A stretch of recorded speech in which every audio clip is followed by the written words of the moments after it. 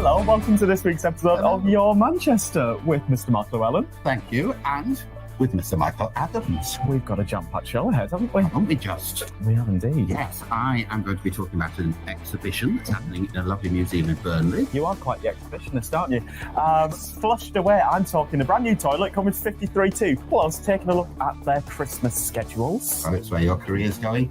And we're going to be talking about the history of Salford and Manchester. Oh, exciting. Plus, I've got a chat with Chloe Petts, who's bringing her Edinburgh Fringe Festival show to the Lowry in Salford. So there's lots going on. Here's how your Wednesday evening with Your Manchester is shaping up.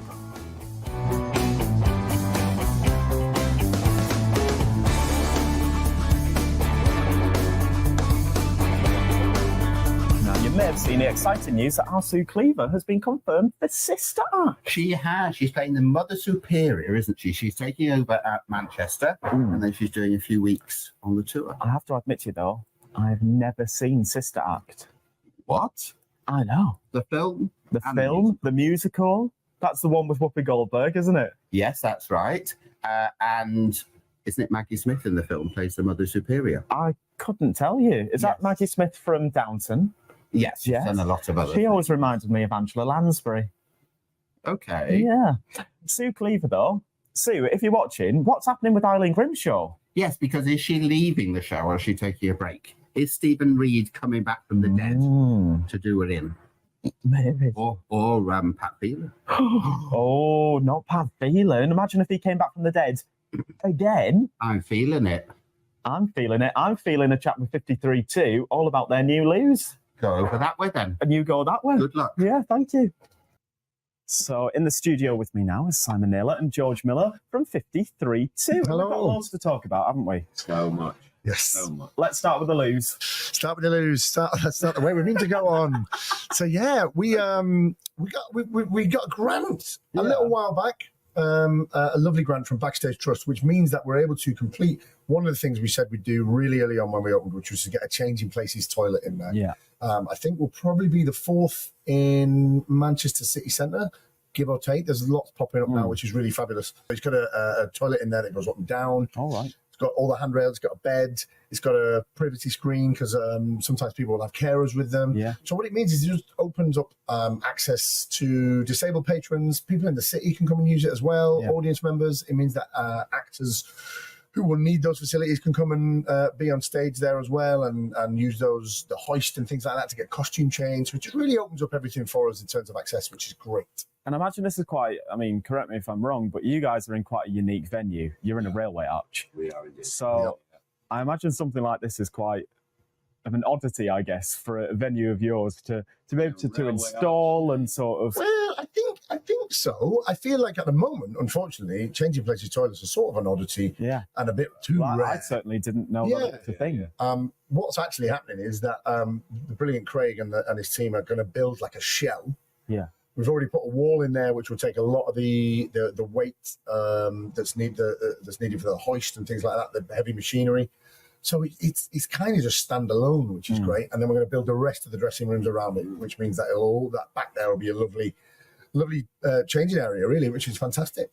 Even better because it's making your venue even more accessible. Absolutely. For absolutely everybody. We're actually not calling it a Changing Places toilet. We're going to call it a Freedom Suite. Oh, I like that. It's a bit sassy, isn't it? No, it's a bit nice. You need gold toilet paper, I feel. I don't think we can paint the walls like crazy. Pink. Yeah. Go Your Manchester. I feel like there might be some restrictions on it. I'd say let our design team come in and jazz it up. Wow, leopard print Judy toilet Garland seats. on the Absolutely, wall. definitely. And George, it's your most favourite time of the year coming up. It is. Your birthday, of course. My birthday. Yeah, no, we're going to talk about Christmas, and I know it might seem a little bit early for Christmas. I don't know, But, the supermarkets. well, exactly. Yeah, what we have 65 days away or something like that. Something like that. My goodness, it's creeping in, isn't it? What have you guys got coming up at Christmas time? So it's called Burlap. It's set at Christmas Eve on a service station. Interesting. It's Yeah. bizarre, isn't it, really? Well, no, because I feel like a lot of things happen at a service That's station. it. The inspiration came from that, really. The inspiration came from where do different people meet Yeah.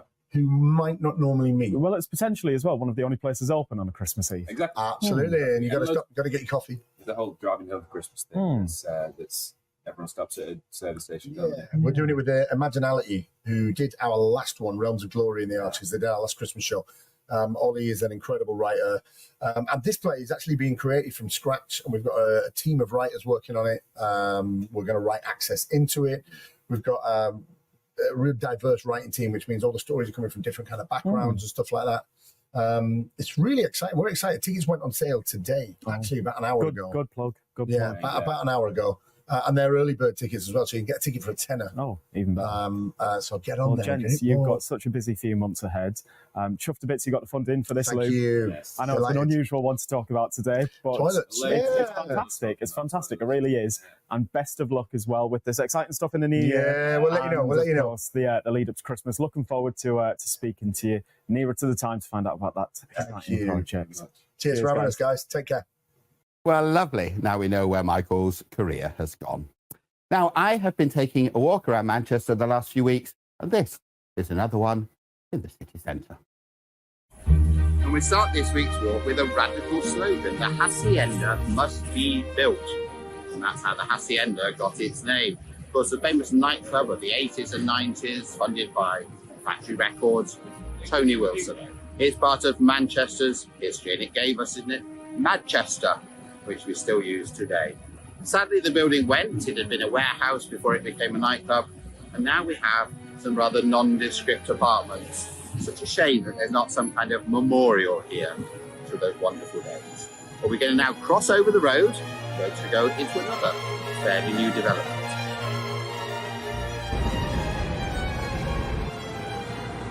So this area is known as First Street, and right in the middle is a statue of Frederick Engels. The statue itself was brought over from the Ukraine. It had been cut in two and abandoned, and so it had to be joined back together. You can see the seam if you look closely.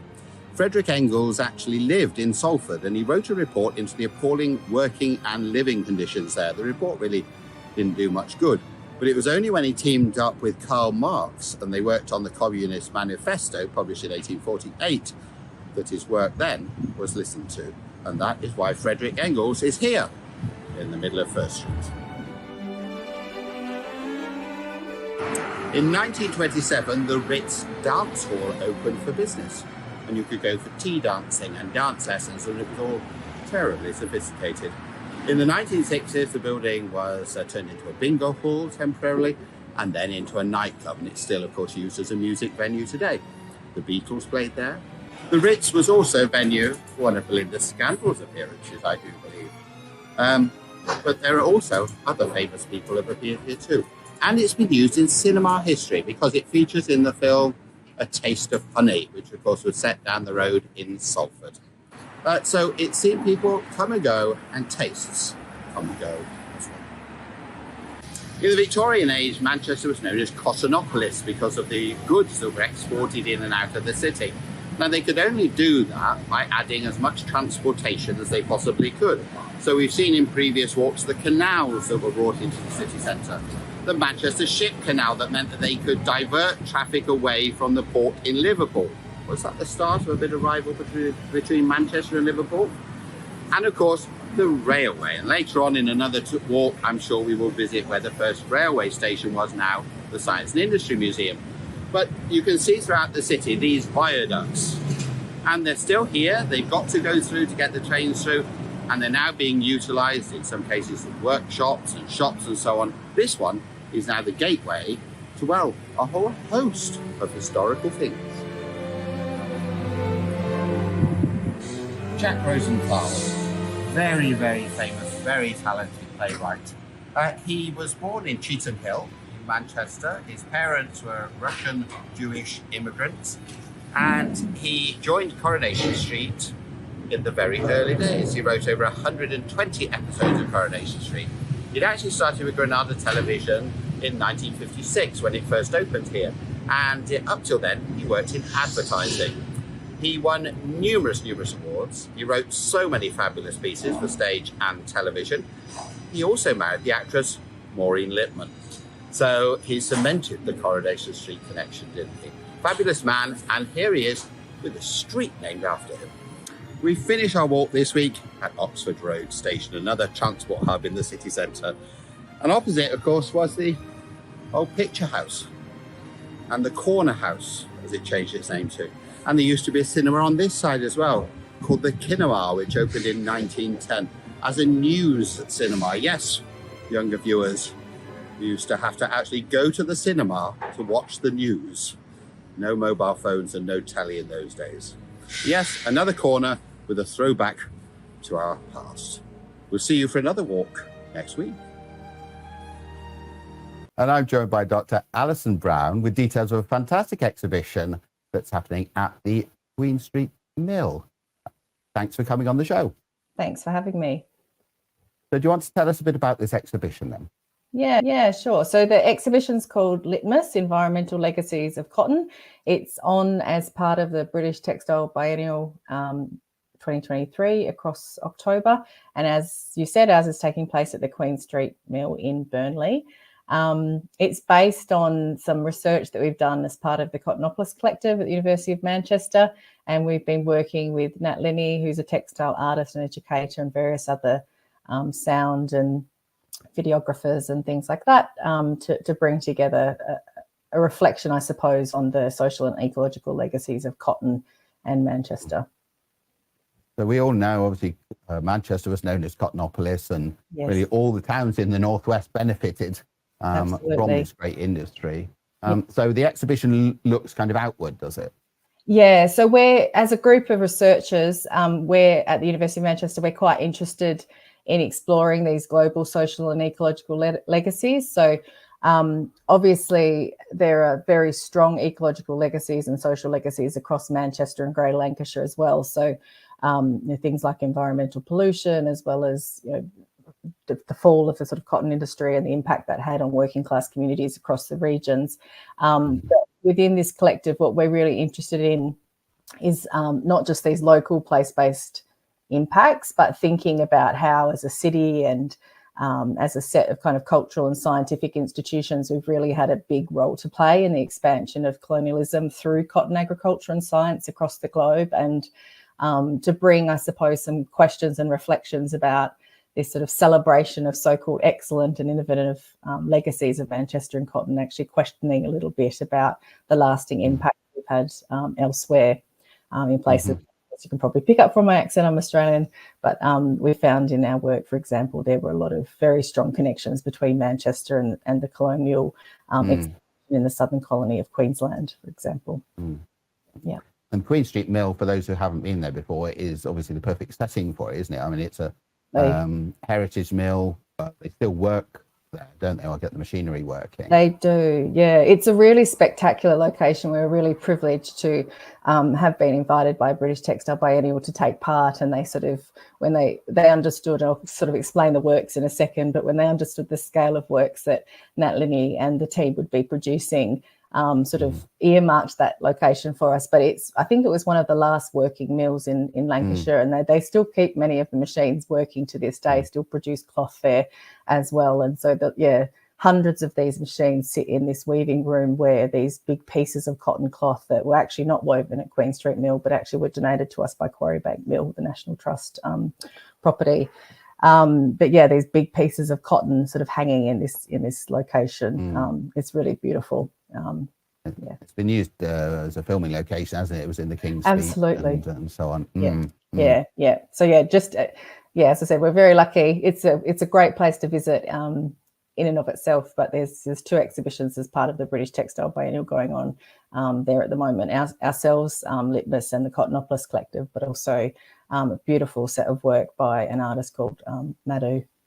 So yeah, definitely recommend a visit. Fantastic. So the exhibition's on now until the 29th of October. It's on until the 29th. And so, what visitors will find are these big pieces of cloth.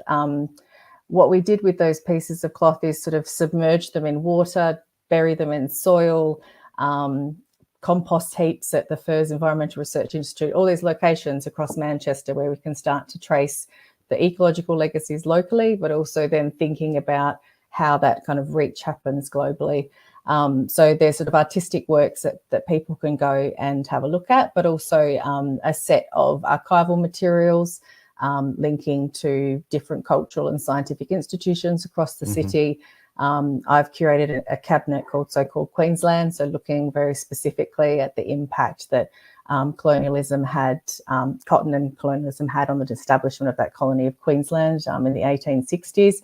And Dr. Ariana Tozzi has done a beautiful photo essay looking at kind of cotton weaving machines that have been exported from Todmorden actually down to India during that period, but how they've been repurposed through local agricultural revolutions happening in central India.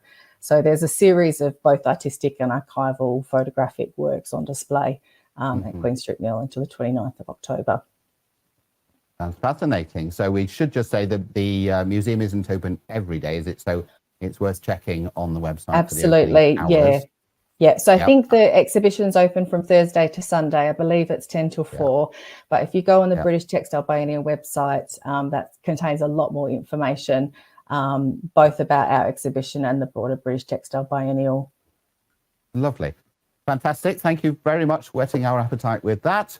And now No our worries. Michael is in the snug, talking about an Edinburgh Festival production coming to Salford. And joining me now to talk all about the Edinburgh Fringe Festival show that is going on tour around the country, it's Chloe Petts. Hello to you, Chloe. Hi, how are you? Very good. So glad to have you with us today. Before we talk about your show, we've got to talk about the LOL word. Of course, I think we all know LOL, laugh out loud, lots of love. What's it mean for you?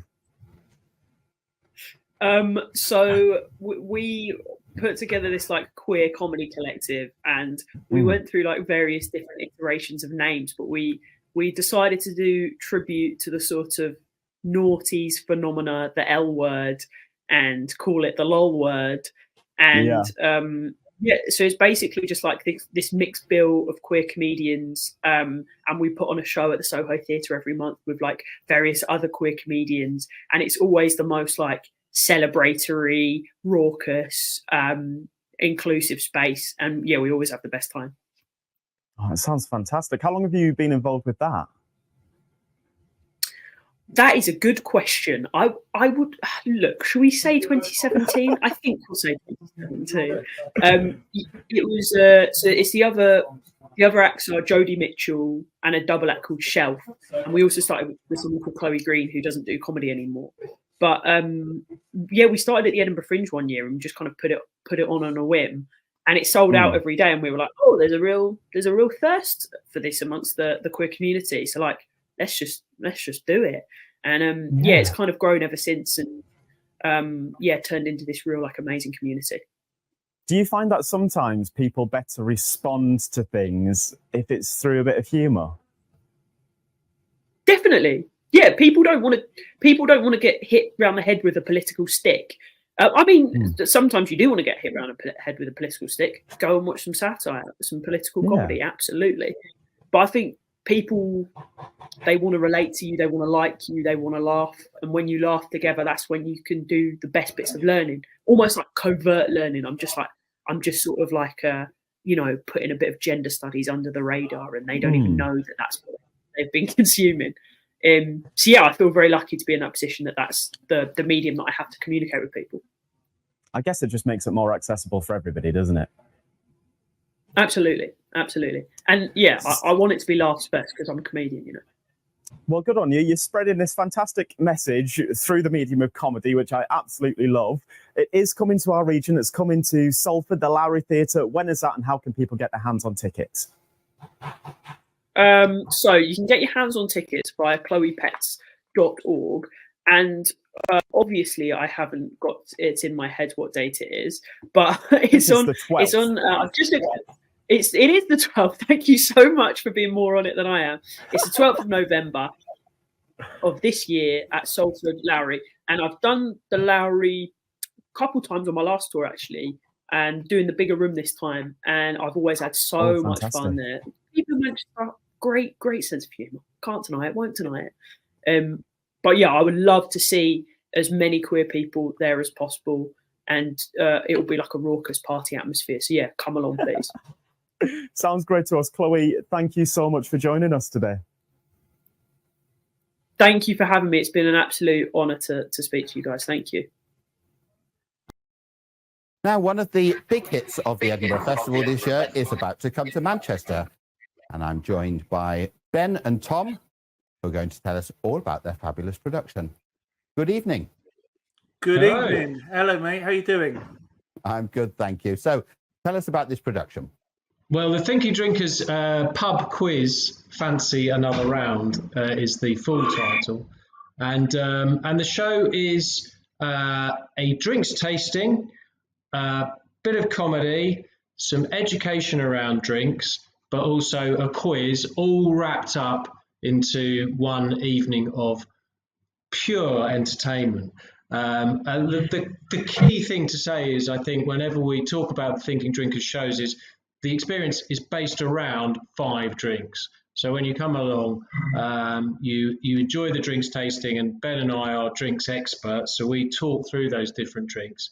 But what we've found historically, and we've been doing this show for 15 years now, is that drinks tastings can be a bit dry, a bit boring, a bit pompous. So what we've tried to do is create a lot of fun and entertainment and comedy around that experience of learning more about what you're drinking. Right. So you've got the quiz as an element, but it's actually more than that. Absolutely. It's so much more. It's like, well, first of all, you've got the fundamental 5 free drinks. So we give you a lovely Czech lager, Budweiser. I'm not giving you that American Budweiser nonsense. You get a lovely Venezuelan rum called Diplomatico, a mezcal called Lost Explorer, and Black Cow vodka, which is vodka made from cow's milk, essentially. Right. And so everyone gets to taste those. But then what we've realised with the tasting is that it's about the people, the places, and the past behind all these drinks that are really interesting things, rather than how it tastes, because everyone has different tastes and different taste buds. So we focus on that. And the quiz element is great. If you like a quiz, you'll love it, because there are questions, but the questions are based entirely on what we tell everyone in the audience on stage. So even if you're a bit thick, even if you don't like pub quizzes, you could, a bit thick like us, you can still win a prize. All you have to do is have a drink, sit back and listen and laugh and hopefully learn a bit as well. And you've done this show in kind of various iterations, as you say, at Edinburgh, and then you've gone on tour. So does it work better in a kind of smaller venue, or does it work just as well in theatre? Well, we'd love to play the O2. We're not going to lie, but in terms of getting everyone 5 free drinks, it would be a logistical nightmare. So no, yes. it works in lots of different venues. We've done some odd places, but yes, it is a nice intimate show. We like getting the audience get involved. It's quite interactive. Not too interactive. If you sit in the front row, you're asking for it, to be perfectly honest. But it is good. We get a couple of people up on stage, but then also we play some games which will get everyone involved. So yes, the smaller, those kind of venues like the Frog and Bucket, and I mean pub venues essentially are brilliant, because that's what we're talking about. We're trying to get people to drink less, drink better, but we're also celebrating the pub quiz and therefore the pub. And as we all know, pubs are going through a bit of a tough time. So what we've tried to do is create an evening where we got you have a drink, you have a laugh, you learn a little bit. You can participate in a quiz, and it's just a good way of getting people off their sofas and away from their TVs, which are really they're big magnets for people these days. So get people out to the pub and have a laugh. Fantastic! It sounds a great evening. So all the details on the website, and why not book your ticket to go along to the Frog and Bucket and take part, not just watch, actually be involved in something for a change. Thank you both very much for joining us. Well, hello again. Hello, you're still here? I am, but not for long. It's the end of the programme, I'm afraid. No. It is. I'm sorry. I know. I've enjoyed it so much tonight. We've had a lovely time. We've never been allowed to present together. We haven't, and there's a good reason why. We may be back next week, depends if we've been taken off the air or not, but your Manchester definitely will. What time? Well, 8 o'clock, Wednesday night. See you there for even more. Your Manchester.